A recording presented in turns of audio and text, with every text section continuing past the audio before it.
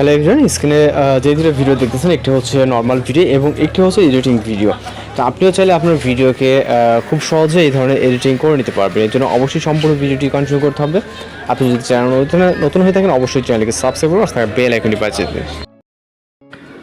Welcome back, আশা করছি আপনারা সকলেই ভালো আছেন। তো এই সকল ধরনের ভিডিওগুলো এডিটিং করার জন্য অবশ্যই সম্পূর্ণ ভিডিওটি কন্টিনিউ করতে হবে। আশা করি খুব সুন্দরভাবে আপনারা এই ধরনের একটি নর্মাল ভিডিও থেকে এই ধরনের ভিডিওগুলো কিন্তু ক্রিয়েট করে নিতে পারবেন।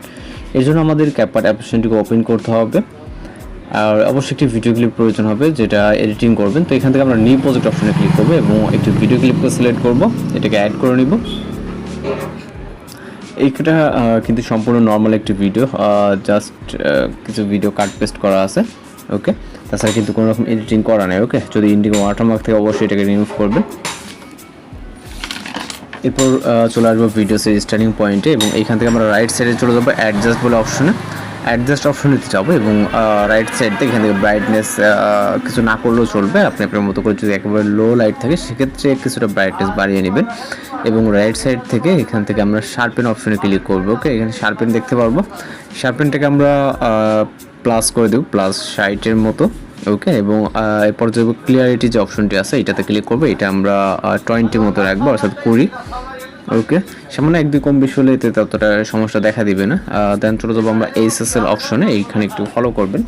এখানে যে প্রথম যে কালারটি আছে সর্বপ্রথম কালারটি এখান থেকে জাস্ট আমরা স্যাচুরেশনটাকে 40-এর মতো প্লাস করে দেবো স্যাচুরেশন। ওকে, এবং হুয়ে এবং লাইটনেস এটাকে সেম থাকবে এবং 2 নম্বর কালারটিতে ক্লিক করব।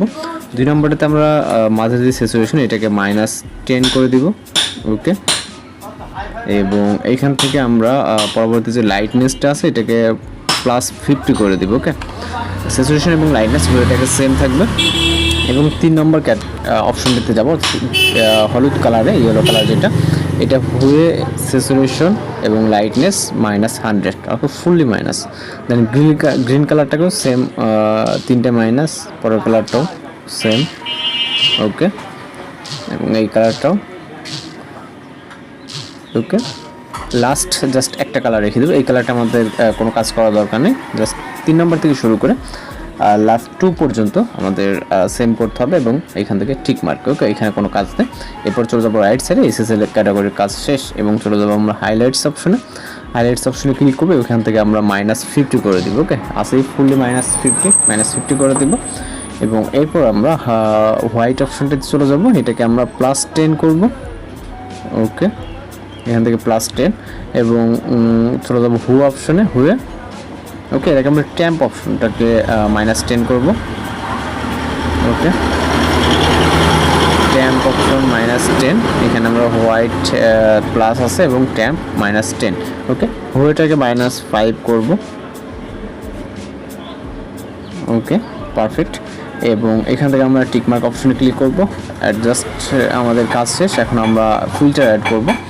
ফিল্টার অ্যাড করার জন্য এখান থেকে আমরা ফিল্টার অপশনে ক্লিক করব এবং এখান থেকে চাইলে আমরা সার্চ করে খুঁজে নিতে পারি অথবা আমরা এখান থেকে রাইট সাইডে গেলে কিন্তু খুঁজে পেয়ে যাবো। ওকে, তো আমরা সার্চ অপশনে ক্লিক করব। ক্লিক করার পর এখান থেকে হচ্ছে আমরা ডার্ক লিখে যা সার্চ করব।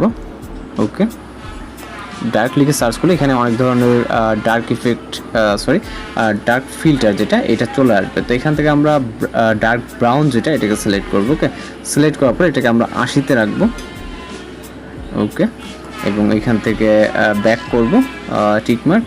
দেন দ্বিতীয় একটি ফিল্টার অ্যাড করার জন্য আবার এখান থেকে ফিল্টার অপশন। এরপর হচ্ছে আমরা চলে যাবো এখান থেকে পোর্ট্রেট ক্যাটাগরিতে এবং এখান থেকে রাইট সাইডে চলে যাবো।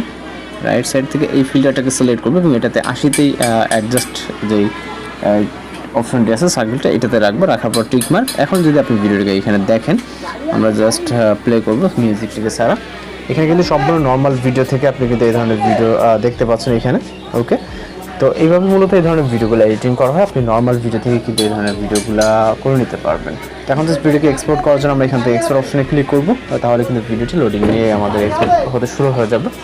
তো এইভাবে এই ধরনের ভিডিওগুলো এডিটিং করতে পারেন। আর যদি কোথাও বুঝতে সমস্যা হয় সেক্ষেত্রে অবশ্যই কমেন্ট বক্সে জানাতে পারেন। তো এই ছিল আজকের এডিটিং টিউটোরিয়াল। দেখা হচ্ছে পরবর্তী কোনো ভিডিওতে। ভালো থাকবেন, সুস্থ থাকবেন।